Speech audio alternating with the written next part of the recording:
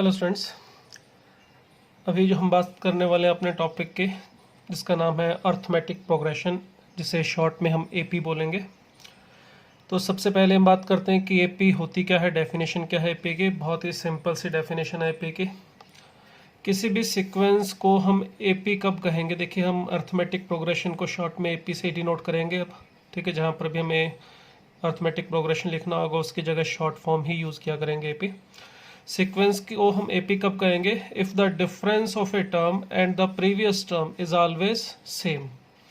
किसी भी टर्म का और उसके प्रीवियस टर्म का जो डिफरेंस है वो हमेशा कैसा रहे, सेम रहे, तो उसे हम कहते हैं एपी। या इस बात को ऐसे भी बोल सकते हैं कि मान लेते हैं सीक्वेंस है T1 T2 T3 and so on up to Tn। इसे हम एपी कब कहेंगे, अगर T2 माइनस T1 वही है टर्म का और उसकी प्रीवियस टर्म का difference, T2 minus T1, T3 minus T2, T4 minus T3, और इसी तरह से इसको ऐसे भी साथ चलते जाए। तो जैसे ये लास्ट में Tn लिखा है मैंने, और इससे पहले वाली टर्म क्या होगी, Tn माइनस 1। तो ये भी बोल सकते हैं कि Tn और Tn माइनस 1 का डिफरेंस, ये सभी के सभी डिफरेंस क्या होने चाहिए, कांस्टेंट, इक्वल होने चाहिए। ये जो डिफरेंस है इसको हम डी से डिनोट कर देते हैं और इसे हम कहते हैं कॉमन डिफरेंस। Common difference. तो अगर किसी सीक्वेंस में हर एक टर्म का उससे पीछे वाले टर्म के साथ जो डिफरेंस है वो अगर कांस्टेंट रहे तो उसे हम कहते हैं वो सीक्वेंस एपी होगी। तो ये वाले सीक्वेंस को एपी होने के लिए ये कंडीशन है हमारी, ठीक है। जैसे एग्जांपल के लिए हम ले सकते हैं एक छोटा सा एग्जांपल, 3, 7, 11, 15 एंड सो ऑन। देखिए तो यहाँ पे देखिए 7 माइनस 3 कितना आ रहा है, 4। 11 माइनस 3 ये भी 4 आ रहा है, 11 माइनस 7 सॉरी, ठीक है। आप देख सकते हैं 15 माइनस 11 ये भी कितना आ रहा है, 4। तो ये जो 4 आ रहा है हमारा, इसको हम कहते हैं common difference of AP. Clear. तो ये जो टर्म्स हैं 3, 7, 11, 15, इसको हम बोल सकते हैं कि ये किस में है, एपी में है। तो एपी में होने के लिए सिंपल सा लॉजिक है, कॉमन डिफरेंस जो है वो सेम होना चाहिए। कॉमन डिफरेंस का मतलब हर एक टर्म का उससे पीछे वाले टर्म के साथ डिफरेंस। क्लियर। अब अगर मैं एपी की जो फर्स्ट टर्म है इसे मान लेता हूँ ए, तो एक मान लेते हैं first term of AP. At first term जो है या T1 है उसे T1 लिखो या फिर उसे A1 नाम लिख देते हैं, कई कुछ अलग अलग नाम दे सकते हो, उससे कोई फ़र्क नहीं पड़ता। अगर फर्स्ट टर्म को हम A मान लें, ठीक है, और कॉमन डिफरेंस हो कितना, जो हमने ना डिनोट किया D से, अगर मैं इसको कॉमन डिफरेंस को डिनोट कर दूं, तो इस केस में फिर जो AP है उसको लिखना हो तो क्या होगी, पहली टर्म तो क्या होगी A। क्लियर। अब देखिए T2 minus T1 is equal to कितना था, D।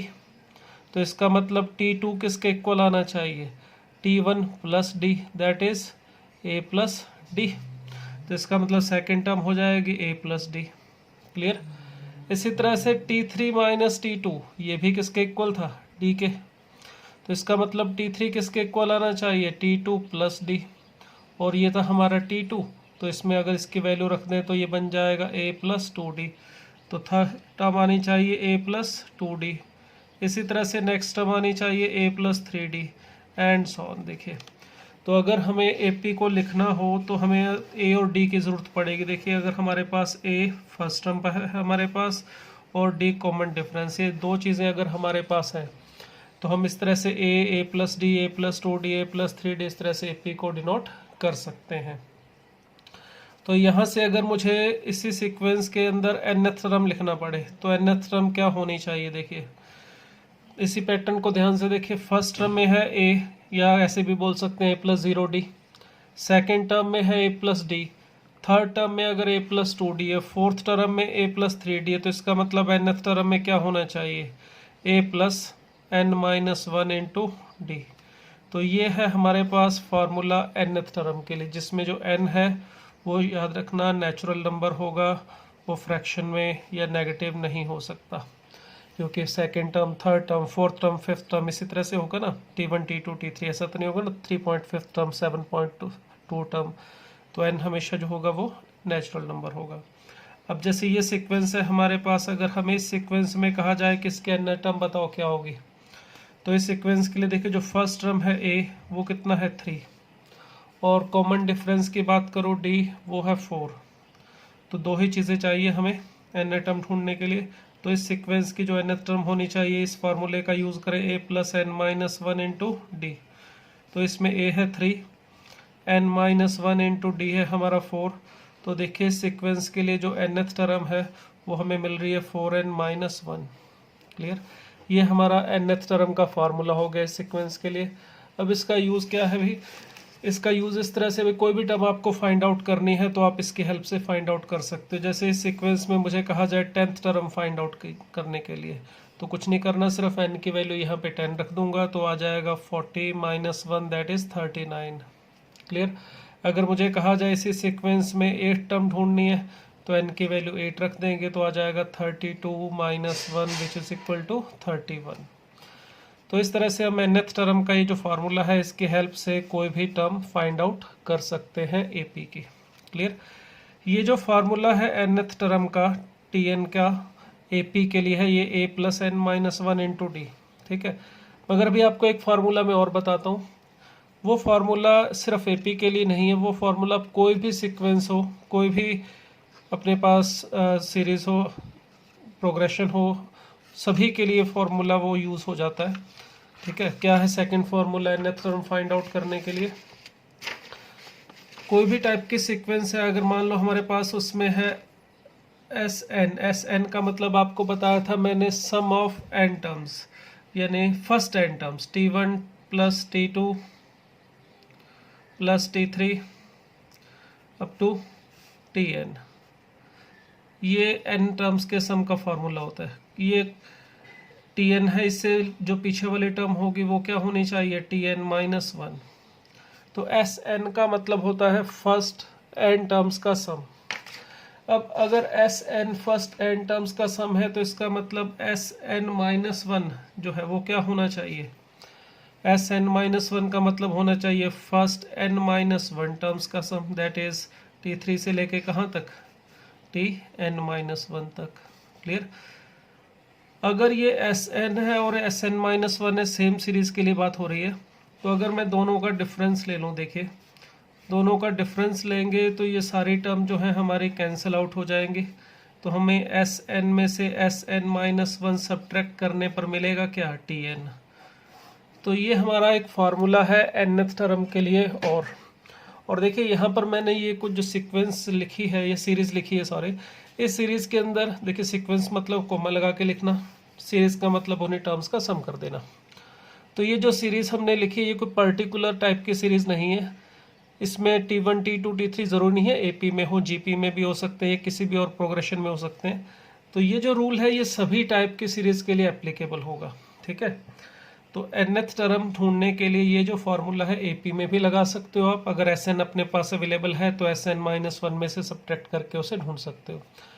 अगर मैं कहूँ एक कोई सीक्वेंस है उसमें n टर्म्स का सम है 2n स्क्वायर माइनस 5n।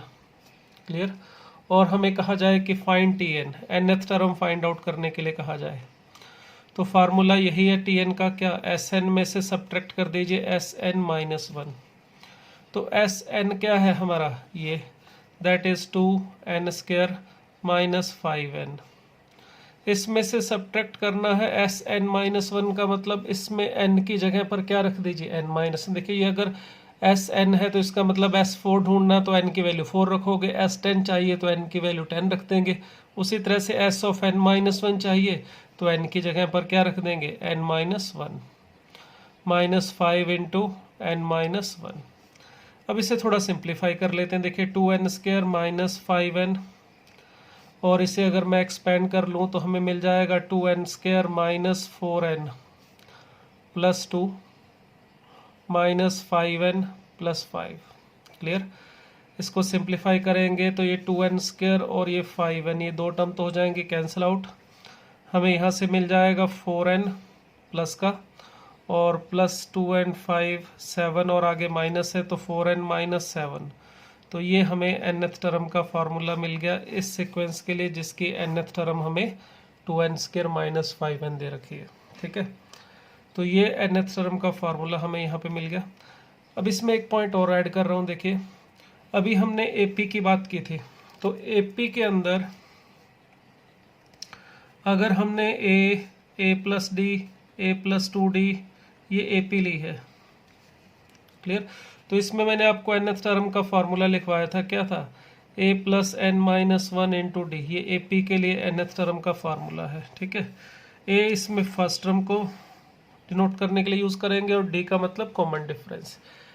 अब यहाँ से एक पॉइंट आप और नोट कर सकते हैं, देखिए ये जो हमारे पास a और d होगा, अभी हमने जैसे एक सीक्वेंस लिखी थी, वो सीक्वेंस थी हमारे पास 3, 7,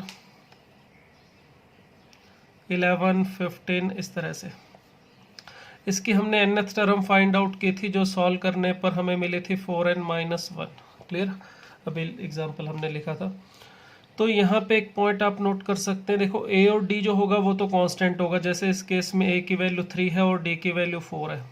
जब a और d हम यहाँ पे रखेंगे तो nth टर्म जो AP की होगी वो कुछ लीनियर फॉर्म में मिलेगी, मतलब nth टर्म जो होगी AP के सिंप्लीफाई करके अल्फा n प्लस बीटा कुछ इस टाइप की हमें मिल जाएगी। अल्फा और बीटा कॉन्स्टेंट्स है यहाँ पे। क्लियर। अब ये जो हमारे पास nth टर्म हमें मिल रही है AP के अंदर, वो किस टाइप की है, लीनियर इन n। तो आप इसमें एक बात बोल सकते हो कि nth टर्म ऑफ AP, इसको आप प्रॉपर्टी की तरह भी समझ सकते हो। अगर किसी सीक्वेंस में nth टर्म लीनियर है तो हम बोल सकते हैं कि वो AP होगी, या रिवर्स भी, कि अगर nth टर्म जो है वो लीनियर है, जैसे अल्फा n प्लस बीटा इस टाइप की, तो इसका मतलब वो जो सीक्वेंस होगी वो क्या होगी, AP। तो रूल क्या है, अगर Tn किसी की सीक्वेंस में किस टाइप का है, alpha n plus beta, alpha n plus beta का मतलब क्या हुआ, लीनियर इन n। ठीक है, तो हम बोल सकते हैं कि सीक्वेंस इज AP। और डबल एरो लगाने का मतलब दोनों बातें बोल सकते हैं, अगर सीक्वेंस AP है तो nth टर्म हमेशा लीनियर होनी चाहिए n में, और अगर nth टर्म लीनियर है तो वो AP होगी। जैसे इस एग्जांपल को देखिए, एक एग्जांपल में हमने Tn फाइंड आउट किया है और वो आ रहा है 4n-7। तो अगर ये 4n-7 है तो मैं ये बोल सकता हूँ कि ये जो सीक्वेंस जिसका हमें Sn ये दे रखा था वो श्योरली AP होनी चाहिए। आप वेरीफाई करना चाहो तो कर सकते हो, जैसे Tn का ये फार्मूला, इससे अगर आप T1, T2, T3 find out करेंगे तो क्या मिलेगा, देखिए 1 रखने पर ये आ जाएगा -3। ठीक है, अगर आप यहाँ पे n की वैल्यू 2 रखते हैं तो हमें मिल जाएगा 8-7 दैट इज़ 1। फिर इसी तरह से आप 3 रखेंगे तो यहाँ पे कितना मिल रहा है, 5 एंड सो ऑन। ठीक है, आप आगे की टर्म भी ढूंढ सकते हैं, 9 आ जाएगी।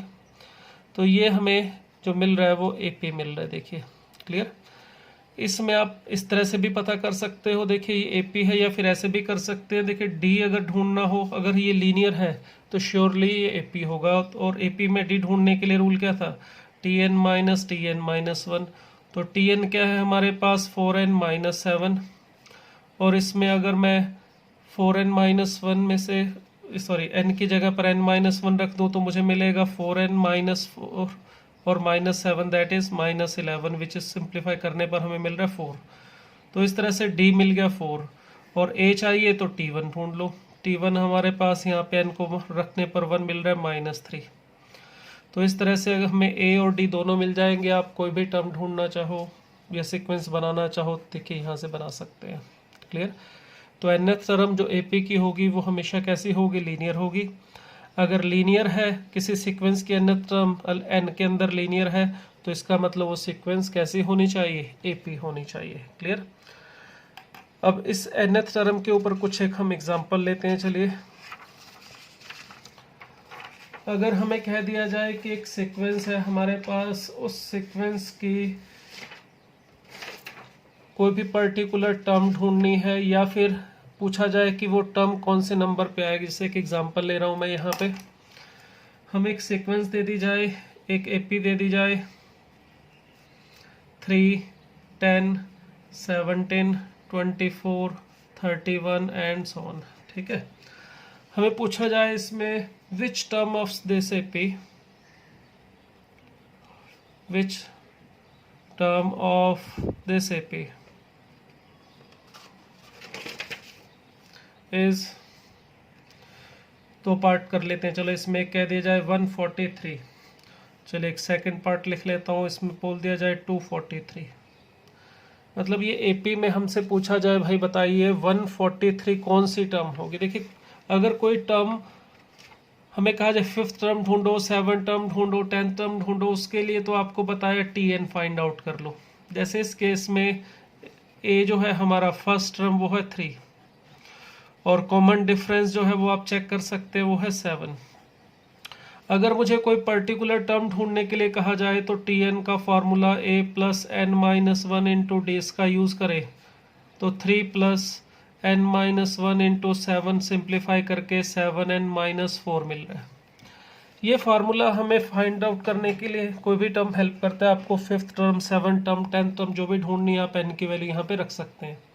बट अगर ये पता करना है कि ये कौन से नंबर पे आएगी टर्म तो भी ये हेल्प करेगा अपने। मान लेते हैं कि इसमें केथ टर्म जो है वो 143 है, तो केथ टर्म होना क्या चाहिए। अगर ये nth टर्म है तो केथ टर्म का मतलब n की जगह k रख दो, 7k-4। अगर मैं यहाँ से इसको सिंप्लीफाई करने के वैल्यू फाइंड आउट करने की कोशिश करूँ तो क्या मिलेगा। देखिए यहाँ पे हमें मिल जाएगा 7k इज इक्वल टू 140, ये 4 को उधर जाके ऐड कर दे 7, और k की वैल्यू यहाँ पे इसको डिवाइड करके मैं फाइंड आउट करूँ तो 21 आ रहा है। क्लियर। तो इसका मतलब क्या हुआ कि जो इस सीक्वेंस की ये जो 143 है वो कौन सी टर्म होगी, 21st term, that is T21 जो होगा हमारा वो 143 होगा। क्लियर।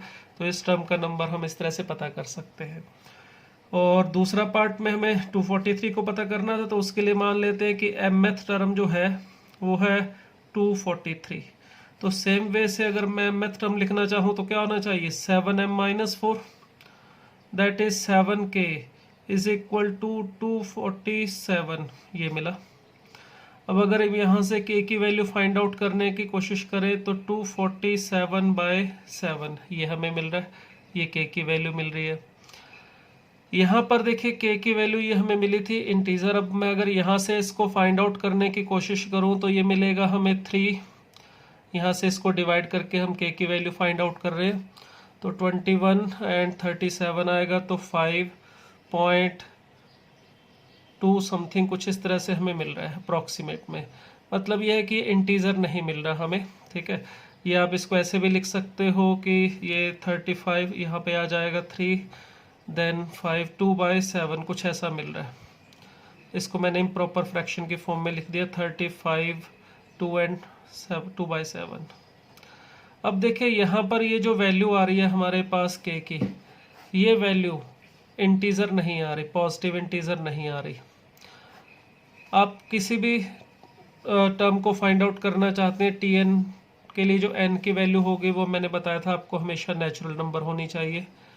अगर यहाँ पर मैंने tk इज इक्वल टू 143 लिया, k की वैल्यू 21 आई, इसका मतलब 21st टर्म हमारी 143 होगी।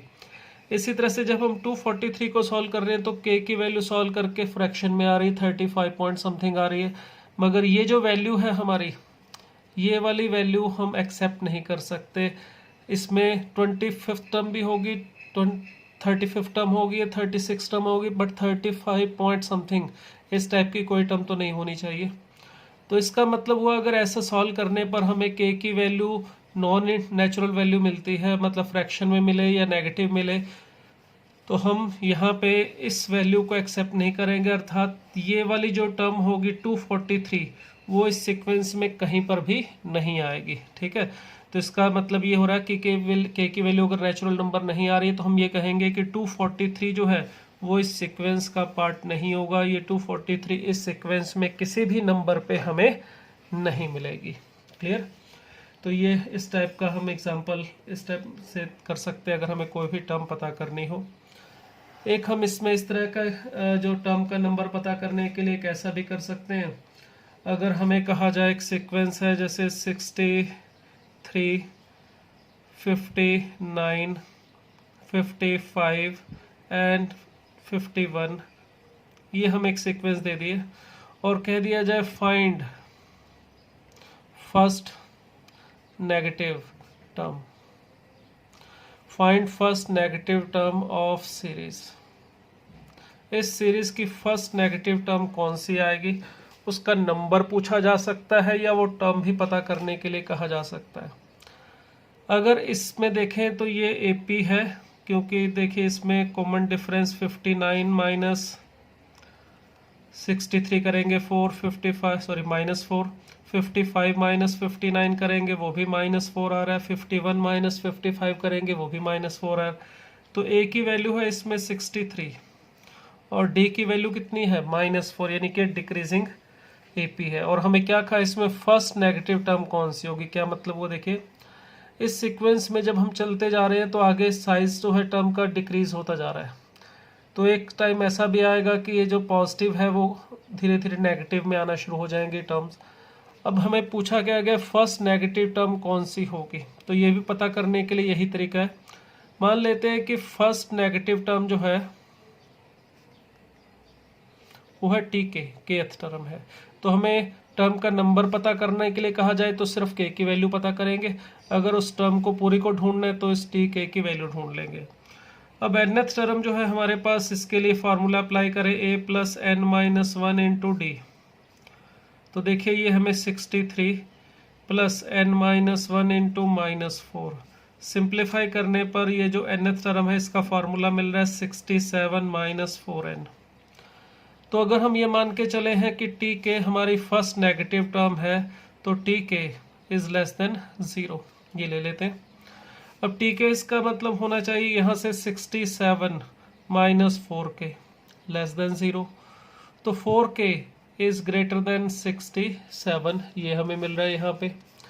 तो k की वैल्यू हमें मिल रही है यहाँ पे ग्रेटर देन 67/4। तो अप्रॉक्सीमेशन में इसकी अगर हम वैल्यू फाइंड आउट करें, देखिए ये हमें मिल रहा है 16 पॉइंट कितना आ जाएगा ये 75, ये हमें मिल रहा है। तो k की वैल्यू 67.75 से बड़ी होनी चाहिए। इसका मतलब क्या हुआ, k की वैल्यू कौन सी ले सकते हैं आप, 17, 18, 19, 20 एंड सो ऑन।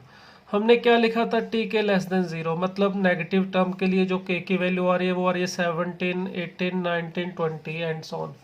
तो इसका मतलब ये हो रहा है भाई इस सीक्वेंस के अंदर 17 टर्म भी नेगेटिव होगी, 18 टर्म भी नेगेटिव होगी, 19 टर्म भी नेगेटिव होगी एंड सो ऑन। तो 17 टर्म जो होगी वहां से नेगेटिव टर्म की शुरुआत होगी, अर्थात जो T1 से लेके T16 तक टर्म्स होंगी ये सारी टर्म्स होंगी पॉजिटिव, क्लियर। और यहाँ से जो स्टार्ट होगा T17, T18, T19, ये सभी टर्म जो होंगी ये होंगी नेगेटिव, क्लियर। तो फर्स्ट नेगेटिव टर्म पूछा है तो वो टर्म होनी चाहिए 17th टर्म। अगर टर्म का सिर्फ नंबर पूछा है तो आंसर आ जाएगा 17, और अगर वो टर्म भी ढूंढनी है तो कोई समस्या नहीं है, T17 आप यहाँ से फाइंड आउट कर सकते हो। तो 67 माइनस 4 इंटू 17, तो इसको सिंप्लीफाई करेंगे तो 67 माइनस यहाँ से आ रहा है कितना 68, विच इज इक्वल टू -1। तो फर्स्ट नेगेटिव टर्म की जो वैल्यू होगी वो होगी -1 और फर्स्ट नेगेटिव टर्म का जो नंबर होगा वो होगा 17, क्लियर। तो इस तरह से हम इसका यूज़ कर सकते हैं। एक और एग्जांपल चलिए लेते हैं। हमें अगर ये कहा जाए कि एक सीक्वेंस है जिसमें in an AP nth term is equal to 1/m and mth term है 1/n, find Tmn, ये फाइंड आउट करने के लिए हमें कह दिया। तो इस टाइप से कुछ एग्जाम्पल बेसिक से मिल जाते हैं, हमें एनसीईआरटी में भी मिलेंगे ऐसे एग्जाम्पल। इसमें जो हमें दिया जाता है दो टर्म, जैसे मैंने m और n के फॉर्म में ले लिया, कई बार ऐसा भी बोल दिया जाता है कि 7th टर्म 32 है, 20th टर्म 78 है। तो ऐसे दो टर्म अपने को दे दी जाए और कह दिया जाए कोई और टर्म ढूंढने के लिए find 40th term and so on, something like that. तो इस टाइप के एग्जाम्पल को करने का सिंपल सा तरीका होता है, अगर आपको कोई भी टर्म ढूंढनी है तो बेसिक चीज़ होती है ए एंड डी। हमें इन दो चीज़ों की ज़रूरत पड़ती है कोई भी टर्म को ढूंढना हो। अगर ये दो चीज़ें हमारे पास एपी में है तो उसका यूज़ करके आप कोई भी टर्म एपी में ढूंढ सकते हो। अब अगर ए और डी ढूंढना है तो सिंपल सी बात है, दो वेरिएबल अगर फाइंड आउट करने हैं तो हमें दो इक्वेशन की ज़रूरत पड़ती है उसके लिए देखिए जो इन्फॉर्मेशन हमें दे रखी है उसका यूज़ करते हैं। हम मान लेते हैं फर्स्ट टर्म जो है हमारी वो है ए और कॉमन डिफरेंस जो है वो मान लेता हूँ मैं डी। तो ये दो चीज़ें जो हमने ढूंढनी है उसका जो है नाम एज्यूम कर लिया हमने ए और डी। अगर हमें ए और डी ढूंढना है तो इसके लिए इस कंडीशन का यूज़ करें। देखिए nth टर्म अगर हम इसे ए और डी से लिखेंगे तो ये होना चाहिए A plus N minus one into D, और ये हमें गिवन है 1/m। और इसी तरह से अगर mth टर्म ढूंढना चाहते हैं तो होना चाहिए a plus M minus one into D, और ये दिया हुआ है 1/n। अगर a और d ढूंढना है तो देखिए दो इक्वेशन की ज़रूरत थी और दोनों हमें दे रखी हैं। सिंपल सा काम है, बस इसको सॉल्व करके a और d ढूंढना है हमें, और कुछ भी नहीं है।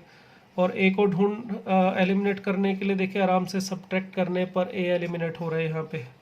तो हमें यहाँ पर मिल जाएगा n minus M into D is equal to 1/m minus 1/n।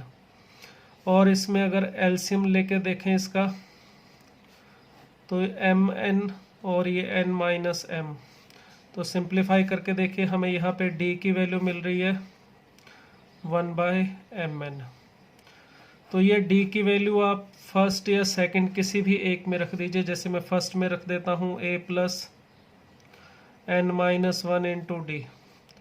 इसमें यहाँ पर वैल्यू रख देते हैं d की, तो क्या मिलेगा देखिए a plus n minus 1/mn is equal to 1/m।